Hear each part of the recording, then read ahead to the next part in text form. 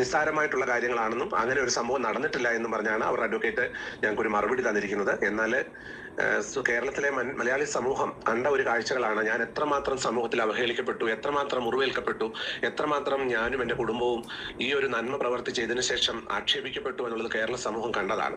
എന്നാൽ ആ അഡ്വക്കേറ്റിന് കൊടുത്ത നോട്ടീസ് അതിന് പ്രകാരം തീർച്ചയായിട്ടും തുടർന്നുള്ള ദിവസങ്ങളിൽ കേസുമായിട്ട് തന്നെ മുൻപോട്ട് പോകാനാണ്. കാരണം എനിക്കുണ്ടായ മാനസികവും മറ്റ് സാമ്പത്തികപരമായിട്ടുള്ള നഷ്ടങ്ങൾ വിലമതിക്കാനാവാത്തതാണ്.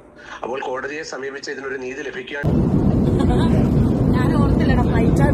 ഇത് വീടല്ല കേട്ടോ. എല്ലാവർക്കും നമ്മുടെ ഒരു പുതിയയിലേക്ക് സ്വാഗതം കേട്ടോന്നേ. അപ്പോൾ ഇന്നത്തെ ഒരു വീഡിയോ എന്ന് പറഞ്ഞാൽ നമ്മുടെ രേണുസുതി തന്നെയാണ് താരം. അപ്പം രേണുവിൻ്റെ വീഡിയോസ് ഒന്നും ഞാൻ അങ്ങനെ എടുക്കാറില്ല കേട്ടോ. അതുപോലെ എന്നതിലൊക്കെ ഒരു ഇത് വരുമ്പോൾ മാത്രമേ ഞാൻ എടുക്കാറുള്ളൂ. ഇതിപ്പം നമ്മുടെ ബിഷപ്പ് ഒരു കാര്യം നമ്മുടെ ഷബീന ബീവിയോട് പറഞ്ഞേക്കുന്നത്, ആ ഒരു കാര്യത്തെ പറ്റിയുള്ള ഒരു റിയാക്ഷനാണ് എടുത്തേക്കുന്നത്. കാര്യം എന്നു ചോദിച്ചാൽ അദ്ദേഹത്തെ ഒരുപാട് ദ്രോഹിച്ചു, ഒരുപാട് വേദനിപ്പിച്ചു. അതിനെല്ലാമായിട്ട് അദ്ദേഹം ഒരു പരാതി കൊടുത്തിരുന്നു.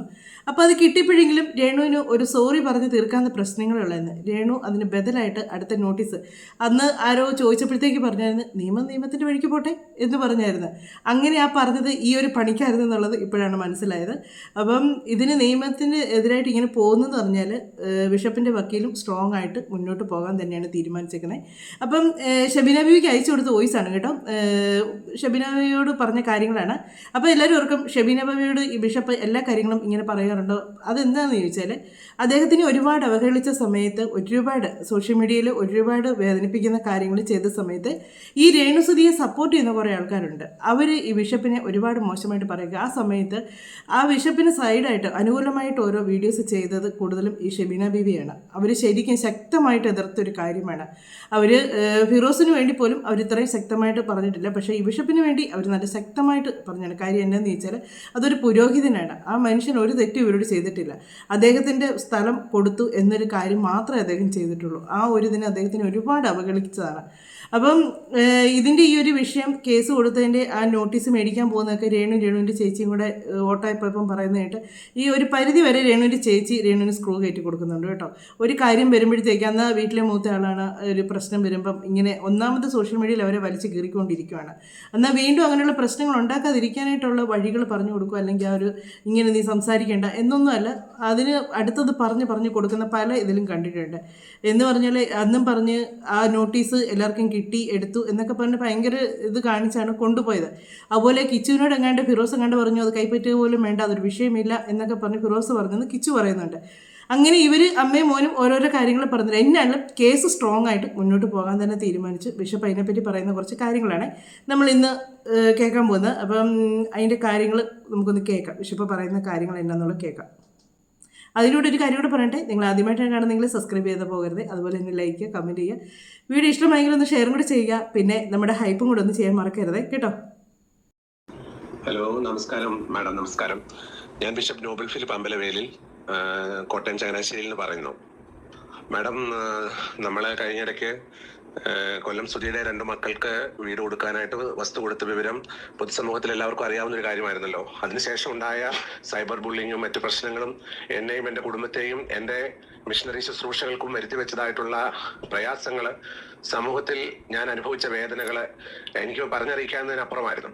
അത് സഹികെട്ടിട്ടാണ് എന്നെ പബ്ലിക്കിൽ കൊല്ലം സുധിയുടെ സഹധർമ്മിണി രേണു സുധി പല സന്ദർഭങ്ങളിലും എന്നെ പലപ്പോഴും പബ്ലിക് പ്ലാറ്റ്ഫോമുകളിൽ വന്നിരുന്ന് അവരോട് ചോദിക്കുന്ന ചോദ്യങ്ങൾക്ക് എന്നെ അപമാനപ്പെടുത്തിക്കൊണ്ടുള്ളതായിട്ടുള്ള അവരുടെ വോയിസുകളൊക്കെയും അവരുടെ വീഡിയോ ആയിട്ട് വന്ന് എന്നെയും എൻ്റെ കുടുംബത്തെയും വളരെയധികം വേദനിപ്പിച്ചു. അതനുസരിച്ച് ഞാൻ എൻ്റെ ബഹുമാനപ്പെട്ട വക്കീൽ വഴി ഇവർക്ക് ഒരു ലീഗൽ നോട്ടീസ് കഴിഞ്ഞ ദിവസങ്ങളിൽ അയച്ചിരുന്നു. അപ്പം ആ വക്കീൽ നോട്ടീസ് അയച്ചതിൻ്റെ കാര്യമാണ് സോഷ്യൽ മീഡിയയിൽ ഒരുപാട് എന്ന് വെച്ചാൽ ഒത്തിരി അവഗണിച്ചു കേട്ടോ.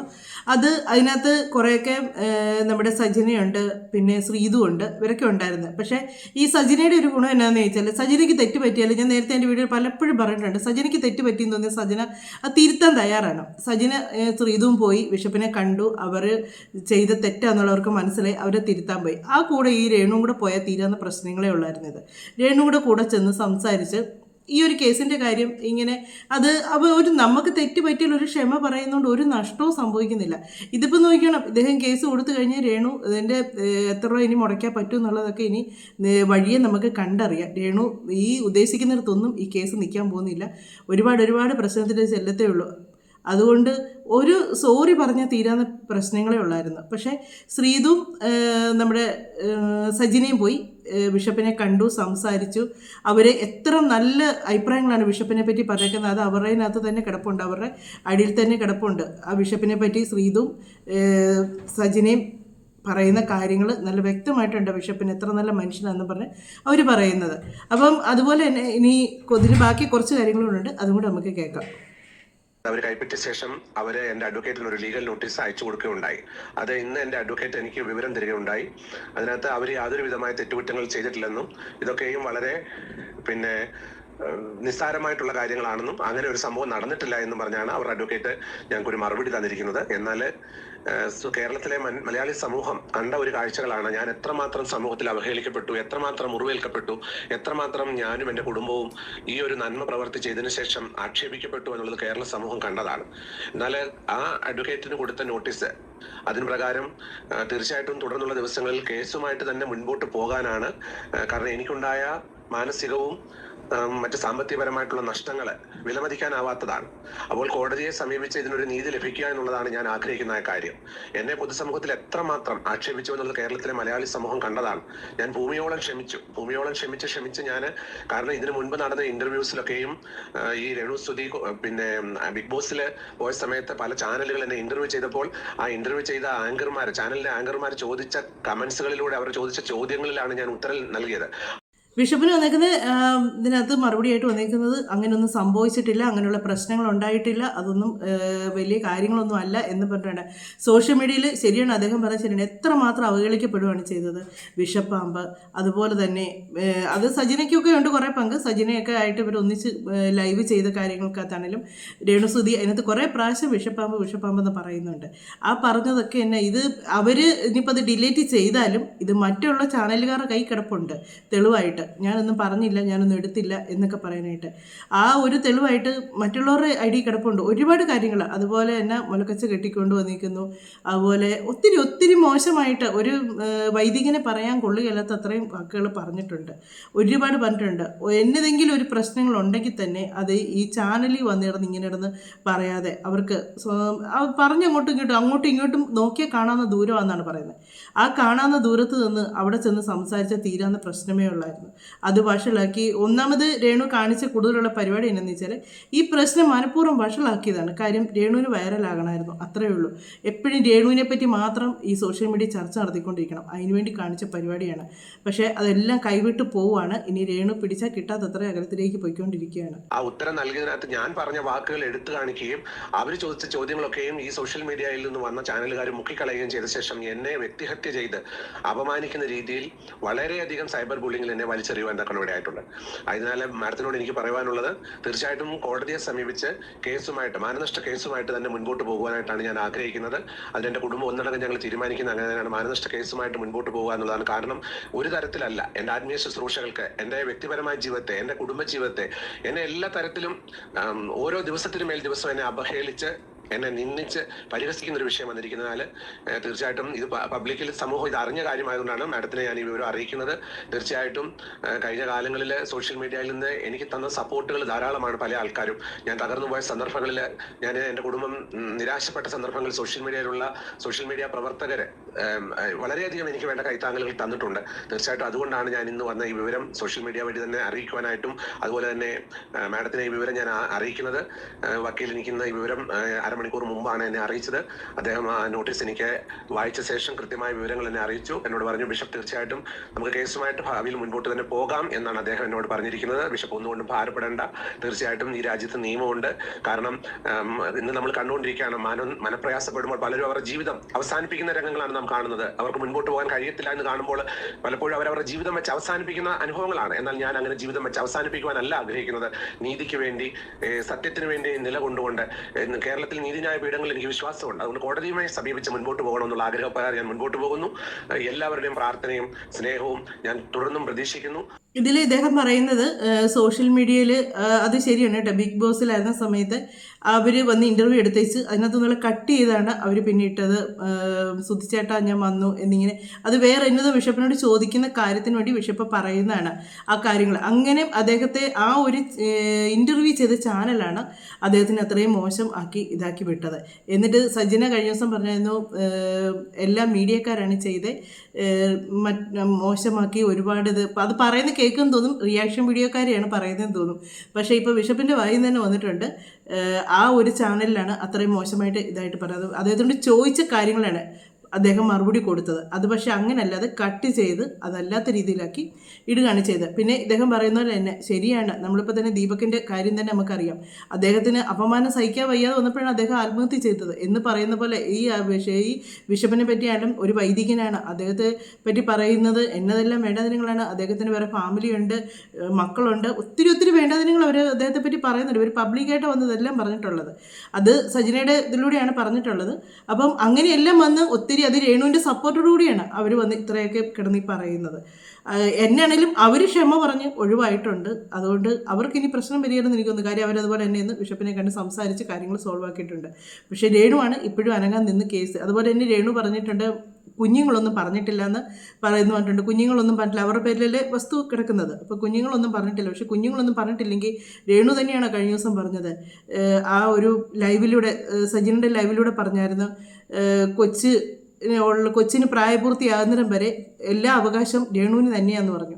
അപ്പോൾ രേണുവിന് അവകാശം ഉണ്ടെന്ന് രേണു തന്നെ പറഞ്ഞിട്ടുണ്ട്. ആ അവകാശം ഉള്ളിടത്ത് കിടന്നാണ് രേണു ഈ വിഷയങ്ങൾ മൊത്തം ഉണ്ടാക്കിയത്. ഒരു മനുഷ്യൻ ദാനമായിട്ട് തരുന്ന ഒരു സാധനത്തിന് അത് ഇത്രയും നിന്ദിക്കരുത്. ഒരു മര്യാദയൊക്കെ വേണം നമ്മൾ പറയുകയും എടുക്കുകയും ചെയ്യുന്നതിനൊക്കെ ഒരു പരിധി വേണം. അവരെ അവഗണിച്ച് മനുഷ്യൻ ബിഷപ്പ് പറയുന്നത് തന്നെ ക്ഷമയുടെ നെല്ലിപ്പല കണ്ടതിന് ശേഷമാണ് അദ്ദേഹം പ്രതികരിച്ച് തുടങ്ങിയത്. പക്ഷേ അദ്ദേഹം അനങ്ങിയാലെന്നാണ് വിചാരിച്ചത്. ഒരു വൈദികനല്ലേ, എന്നാ കേട്ടാലും മിണ്ടാതിരിക്കും എന്ന് വിചാരിച്ചേ. ഇവർ തന്നെ പറയുന്നുണ്ട് ദൈവത്തിൻ്റെ പ്രതിപുരുഷനല്ലെന്ന്. പ്രതിപുരുഷനാണെന്ന് പറഞ്ഞാൽ ഒരു മനുഷ്യനാണത്. കേൾക്കുന്നതിനൊക്കെ ഒരു പരിധിയുണ്ട്. ദൈവത്തെ ഇവരിതുപോലെ പറയാറുണ്ടോ? ദൈവത്തെ കിടന്ന് ഇതുപോലെ ചീത്ത വിളിക്കാറുണ്ടോ എന്ന് പറയുന്നല്ലേ ആ മനുഷ്യനെ ഒത്തിരി എടുത്താണ് ഈ ബിഷപ്പാകുമ്പോൾ. ഈ കഴിഞ്ഞിടയ്ക്കാണെങ്കിൽ പോലും ബിഷപ്പാണോ എന്ന് ചോദിക്കുമ്പോൾ ബിഷപ്പെന്നാണ് കേൾക്കുന്നത്. ഒത്തിരി അവഹേളിക്കുന്നുണ്ട്. അവഹേളിച്ച് ഇപ്പോൾ ലാസ്റ്റ് കിട്ടിയില്ലേ തിരിച്ച് പണി. പക്ഷേ ഒരുപാട് ആൾക്കാർ ഇതിന് അനുകൂലിച്ച് തന്നെയാണ് ഇരിക്കുന്നത്. കമൻറ്റുകൾ വരുന്ന മൊത്തം ഈ വൈദികന് അനുകൂലമായിട്ടാണ്. രേണുവിനെ കേസ് കൊടുക്കണം, അവിടുന്ന് ഇറക്കി വിടണമെന്ന് തന്നെയുള്ള രീതിക്കാണ് ആൾക്കാർ പറയുന്നത്. പക്ഷേ അദ്ദേഹം അങ്ങനെ ചെയ്യുമെന്ന് എനിക്കറിയത്തില്ല. എന്നാലും ഇവർ വാശി കയറ്റി ഇത് എന്നതിലേക്ക് ഒപ്പിച്ച് വെക്കാതിരിക്കത്തില്ല. ഇതിപ്പം ഷബീന ബീബിയുടെ ഇതിലൂടെ തന്നെ പറയുന്നത് കേട്ടു, ഇത് കേസ് കൊടുത്താൽ എൻ്റെ ഇത്രയെങ്ങാണ്ട് തുക അതിന് കെട്ടിവെക്കേണ്ടി വരും. അത് രേണു കൂട്ടിയാൽ കൂടുകയില്ല. അതിന് വേണ്ടി രേണു അച്ഛന് കുഴപ്പമില്ല, അദ്ദേഹത്തിന് സ്വത്തുണ്ട് ഇഷ്ടം പോലെ, അദ്ദേഹത്തിന് എത്ര വേണേലും മുടക്കുന്നുണ്ടെന്നതിനും കുഴപ്പമില്ല. അങ്ങനെ ഇഷ്ടം പോലെ ഉള്ളതുകൊണ്ടാണല്ലോ ഇവർക്കൊക്കെ ദാനമായിട്ട് കിട്ടിയത്. അതുകൊണ്ട് അദ്ദേഹം കേസ് കൊണ്ട് മുന്നോട്ട് പോയാൽ രേണു ശരിക്കും കയ്യിൽ ഇപ്പം ഈ നടന്നുണ്ടാക്കുന്ന പൈസയൊക്കെ ആ വഴിക്കൂടെ അങ്ങ് പോയി കിട്ടും. അഹങ്കാരം ഒരു ഇച്ചിരി ഒന്ന് കുറയ്ക്കാനായിട്ട് എല്ലാവരും കമൻറ്റിലൂടെ പറയുന്നുണ്ടായിരുന്നു. രേണുവിനെ ഇഷ്ടപ്പെടുന്നവർ പോലും പറയുന്നുണ്ടായിരുന്നു അഹങ്കാരം ഇച്ചിരി കുറച്ചേച്ച് ഒന്ന് താഴോട്ട് വാ, ഒന്ന് മനുഷ്യനായിട്ട് നിൽക്കുക എന്ന്. പക്ഷെ അതിനതിന് അഹങ്കരിച്ച് അങ്ങ് കയറുമായിരുന്നു. ഈ ഇടയ്ക്കൊരു ഫ്ലൈറ്റിൽ ഇരിക്കുന്നൊരു ഇത് കണ്ട് ഞാനത് കാണിക്കാം.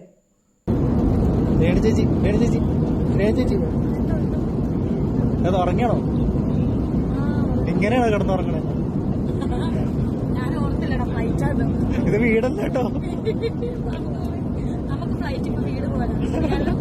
അതെ, നാളെ അമേരിക്ക, പിന്നെ കറക്കം. ശരി. ഫ്ലൈറ്റൊക്കെ ഇപ്പോൾ വീട് പോലെ എന്നാണ് പുള്ളിക്കാർ പറയുന്നത്. വീടായിട്ടാണ് പുള്ളിക്കാർ കാണുന്നതെന്ന്. എന്നാ വർത്താനമൊക്കെ കേട്ടാൽ തോന്നും പുള്ളിക്കാർ ഇതിനകത്താണ് വളർന്നതെന്ന്. ഒരു കോമഡി പോലൊക്കെ പറയുന്നതായിരിക്കും. പക്ഷേ അതിൽ ഒരു സ്റ്റാൻഡേർഡ് ഇല്ലാഴികയാണ് തോന്നുന്നത്. കാര്യം വെച്ചാൽ ചുരുണ്ടുകൂടി ഫ്ലൈറ്റിൽ സീറ്റ് ഇരുന്നേച്ച് വീടാണെന്ന് വിചാരിച്ചു. എപ്പോഴും ഇതേലല്ലേ ഗൾഫിൽ പോകുന്നു, അമേരിക്കയിൽ പോകുന്നു, ഭയങ്കര ഇതാണ്. ചങ്ങനാശ്ശേരി വരെ പുള്ളിക്കാർ ഫ്ലൈറ്റിൽ പോകുന്നുള്ള രീതിക്കാണ് സംസാരിച്ചത്. ഇങ്ങനെയുള്ള പുള്ളിക്കാർ ഭയങ്കര കോമഡി ആയിട്ട് എടുക്കുന്നുണ്ടല്ലോ. ഭയങ്കര അതറിഞ്ഞു ഇവരുടെ ഒരു സ്റ്റാൻഡേർഡ് വിട്ടാണ് ഇവരെപ്പോഴും ഓരോ പരിപാടി കാണിച്ചുകൊണ്ടിരിക്കുന്നത്. ഒരു കൂറ സ്വഭാവം കാണിച്ച് ഇങ്ങനെ ഓരോരോ സ്റ്റാൻഡേർഡ് വിട്ട് അവരിങ്ങനെ നേരത്തെ ഇതിൻ്റെ കൂടെ കുറവേ ഉള്ളായിരുന്നു. ഇപ്പം അതും കൂടെ ആയിട്ടുണ്ട്. പിന്നെ ഇനി അടുത്തൊരു ഷോർട്ട് ഫിലിം വരുന്നുണ്ട്. അത് പുള്ളിക്കാരി തന്നെ പറയുന്നുണ്ട് ഭയങ്കര വൈറലാകും, എയറിലാകും. അതിനുവേണ്ടിയാണല്ലോ ഇങ്ങനെയൊക്കെ കാണിക്കുന്നത്. അതും നമുക്കൊന്ന് കേട്ട് നോക്കാം. നന്നായിട്ട് ഞെട്ടും. കാരണം ഞാൻ ശരിക്കും കുറച്ച് ഓവറായിട്ട് റൊമാൻസ് ചെയ്തത് ശിശിരോ എന്ന് പറയുന്ന ആൽബത്തിലാണ്. സോ അതിനുശേഷം ദാസേട്ടൻ കോഴിക്കോടുമായിട്ട് ഓവർ ആയിട്ട് എനിക്ക് തോന്നുന്ന ഒരു സീനുണ്ട്. അത് ഓവറായിട്ട് അത് ഇറങ്ങിക്കഴിഞ്ഞാൽ എന്തായാലും കത്തും. വിമർശകരുടെ ഒരു നിര തന്നെ വരുമെന്നാണ് എന്റെ വിശ്വാസം. വിമർശിക്കട്ടെ, അതോടുകൂടി നമ്മുടെ ആൽബം വളരും. ഇത് തന്നെയാണ് പുള്ളിക്കാരുടെ ഉദ്ദേശം. ഇങ്ങനെ വൈറലാകണം, വിമർശിക്കണം, വിമർശിച്ച് അതിലൂടെ പുള്ളിക്കാരിക്ക് ഫെയിം ആകണം. ഈ ഒരൊറ്റ ലക്ഷ്യമേ ഉള്ളൂ. അതിനേത് കൂറ പരിപാടിയും പുള്ളിക്കാരി കാണിച്ചിരിക്കും. അതിന് യാതൊരു മടിയില്ലാത്തൊരാൾ. കേരളം ഞെട്ടും എന്നൊക്കെ പറഞ്ഞാണ് ഇൻസ്റ്റാഗ്രാമിനകത്ത് കൊടുത്തേക്കുന്നത്. കേരളം ഞെട്ടുവോ ഞൊട്ടുവോ എന്നൊക്കെ നമുക്ക് കണ്ടറിയാം. എന്നാണേലും നെഗറ്റീവ് കേൾക്കാൻ തയ്യാറായിട്ടാണ് പുള്ളിക്കാരി ഇരിക്കുന്നത്. പുള്ളിക്കാരി അത് മുൻകൂട്ടി പറയുക തന്നെ ചെയ്യുന്നുണ്ട്.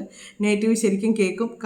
പിന്നെ ഇത് അവരുടെ അഭിനയമാണ്. അതിനെ നെഗറ്റീവ് പറയുന്ന എന്നതിനൊന്നും എനിക്ക് മനസ്സിലാകുന്നില്ല. കാര്യം അവർ അഭിനയിക്കുകയാണ്. അത് ഇവർ തന്നെയാണ് ഈ പൊട്ടത്തരങ്ങളൊക്കെ തന്നെ വിളിച്ച് പറയുന്നത്. ഇവരിതൊരു അഭിനയമായിട്ടുള്ള രീതിക്ക് ഇവർ പറഞ്ഞാൽ അത്രയും വിഷയം വരത്തില്ല. അതല്ല, പുള്ളിക്കാരി തന്നെ അങ്ങോട്ട് നെഗറ്റീവ് കിട്ടണേ എന്നും പറഞ്ഞുകൊണ്ട് ഓരോരുത്തർക്ക് ഇട്ട് കൊടുക്കുവാണെങ്കിൽ നെഗറ്റീവ് ആരും കൂട്ടലേ അടക്കത്തുള്ളൂ. എന്നാണേലും പണി മേടിച്ച് കെട്ടാൻ പോവാണ്. വെറുതെ ഇരുന്ന് മനുഷ്യനെ തോണ്ടി തോണ്ടി തോണ്ടി ഇളക്കി. ഇനിയിപ്പം അത് ഇവരെങ്ങനെ ഒന്നെങ്കിൽ ഇവർ ഇനിയാണേലും ചെന്നൊന്ന് ക്ഷമ പറഞ്ഞ് ആ ഒരു പ്രശ്നം പരിഹരിക്കാൻ നോക്കിയാൽ തീർന്നതായിരിക്കും. പക്ഷെ എനിക്ക് തോന്നുന്നില്ല ഈ അഹങ്കാരം വെച്ച് ഒരു ക്ഷമ പറച്ചിലോ അല്ലെങ്കിൽ ഒന്ന് ഒതുങ്ങാനോ തയ്യാറാകുമെന്ന് എനിക്ക് തോന്നുന്നില്ല. ഇത് ഒന്നെങ്കിൽ പുള്ളിക്കാരി അവിടുന്ന് ഇറക്കി വിട്ട് നാട്ടുകാരെ സിമ്പതി പിടിച്ചു. പക്ഷേ അവിടുന്ന് ഇറങ്ങി വിട്ട് ആരും സിമ്പതിക്ക് പറയാൻ വരുമെന്ന് എനിക്ക് തോന്നുന്നില്ല. ഇപ്പോൾ തന്നെ ഒരുപാട് നെഗറ്റീവാണ്. ഇപ്പോൾ രേണു ഇടുന്ന വീഡിയോയ്ക്ക് പോലും നെഗറ്റീവാണ്. മറ്റേത് അങ്ങനെയല്ലായിരുന്നു, ഒരുപാട് സപ്പോർട്ട് ചെയ്യായിരുന്നു കേട്ടോ. ഇവരെ സപ്പോർട്ട് ചെയ്യുന്നവരും ഉണ്ടായിരുന്നു. അതുപോലെ തന്നെ ഇവർ നെഗറ്റീവ് പറഞ്ഞാൽ നമ്മളെ വന്ന് ചീത്ത വിളിക്കുന്നവരും ഉണ്ട്. ഇപ്പോൾ ആരും അനങ്ങുന്നില്ല. കാര്യം ആൾക്കാർക്കൊക്കെ മനസ്സിലായി തുടങ്ങി രേണു എന്നതാണ് കാണിക്കുന്നതെന്നുള്ളത്. അവരുടെ വായിലെ നാക്കാണ് അവരുടെ ശത്രു. അത് ഞാൻ അന്നും പറയുന്നു, ഇന്നും പറയുന്നു, എപ്പോഴും പറയും. അല്ലാതെ അവർ അഭിനയമോ വേറൊന്നുമല്ല അവരുടെ ശത്രു. അവരുടെ വായിലെ നാക്ക്. അവർക്ക് മീഡിയയുടെ മുന്നിൽ വന്ന് എന്നതാ പറയേണ്ടതെന്നുള്ളത് യാതൊരു ബോധവുമില്ല. വായിക്ക് കോതയ്ക്ക് പാട്ട് എന്ന് പറഞ്ഞാൽ അങ്ങനെ ഒരു ഇതുണ്ടല്ലോ, എന്ന് കോതയ്ക്ക് പാട്ടെന്ന് പറഞ്ഞാൽ അവർ വായി വരുന്ന വിളിച്ച് പറഞ്ഞുകൊണ്ടിരിക്കും. അതിൻ്റെ പ്രശ്നങ്ങളെ പറ്റിയോ അത് വരുന്ന വരുംപരാഴികളെ പറ്റിയോ ഒന്നും പുള്ളിക്കാരിക്ക് വിഷയമല്ല. പുള്ളിക്കാരിക്ക് ഏറി നിൽക്കണം. അത് നെഗറ്റീവ് അടിച്ചിട്ടാണെങ്കിലും വേണ്ടിയില്ല, ഏറി നിൽക്കണം. അത്ര മാത്രമേ ഉള്ളൂ. മറ്റൊരു വീഡിയോയിലൂടെ മറ്റു കാര്യങ്ങളൊക്കെ ആയിട്ട് നമുക്ക് കാണാം.